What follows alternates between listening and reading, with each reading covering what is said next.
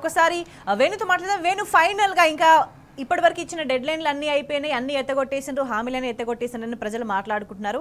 Next 26 తారీఖు ఉన్నది, అంటే ఏం జరగబోతుందని భావించాలి షార్ట్ గా? ముఖ్యంగా స్వేచ్ఛ హామీలు అయితే ఇచ్చేశారు, కూర్చున్నారు, కానీ దానికి అనేటువంటి ప్లాన్ లేదు, గైడ్ లైన్స్ లేవు.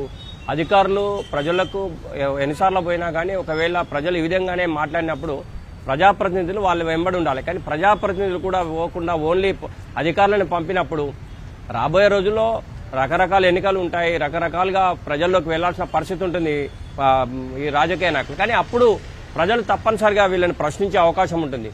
ఎందుకంటే లబ్ధిదారులందరూ కూడా మేము అన్ని రకాలుగా ఈ ఫెసిలిటీస్ కల్పిస్తాం, ఆ ఫెసిలిటీస్ కల్పిస్తాం అన్నప్పుడు ప్రజలు దానికి తలొగ్గే అవకాశం ఉంటుంది.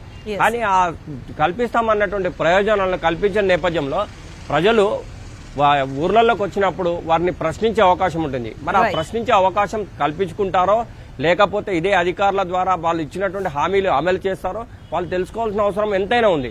లేకుంటే మాత్రం ఈ రోజు అధికారులను మాత్రమే అడిగినటువంటి పరిస్థితి, రేపు గ్రామాల్లోకి ఇటు పొలిటీషియన్స్, స్థానిక ఎమ్మెల్యేలు కావచ్చు, నాయకులుగా వచ్చినప్పుడు ప్రజలు ఇదే విధంగా ప్రశ్నించే అవకాశం ఉంటుంది, నిలదీసే అవకాశం కూడా కనిపిస్తుంది. స్వేచ్ఛ రైట్. వీళ్ళు జిల్లాల వారిగా ఒక్కసారి మనం చూస్తే సిరిసిల్ల, మానకొండూరు, రంగారెడ్డి, నాగర్ కర్నూలు, ఖమ్మం, సూర్యాపేట, యాదాద్రి భువనగిరి, జనగామ, మంచిర్యాల, ఆదిలాబాద్, కుమరంభీం, ఆసిఫాబాద్, నిర్మల్, ఇట్లా అంటే సమస్య లేని ప్రాంతం ఎక్కడ ఉంది అని అంటే తెలంగాణలో కాంగ్రెస్ ప్రభుత్వ హయాంలో సమస్య లేని ప్రాంతం అనేది లేదు అనేది ఇవాళ తేట తెల్లమైపోయింది.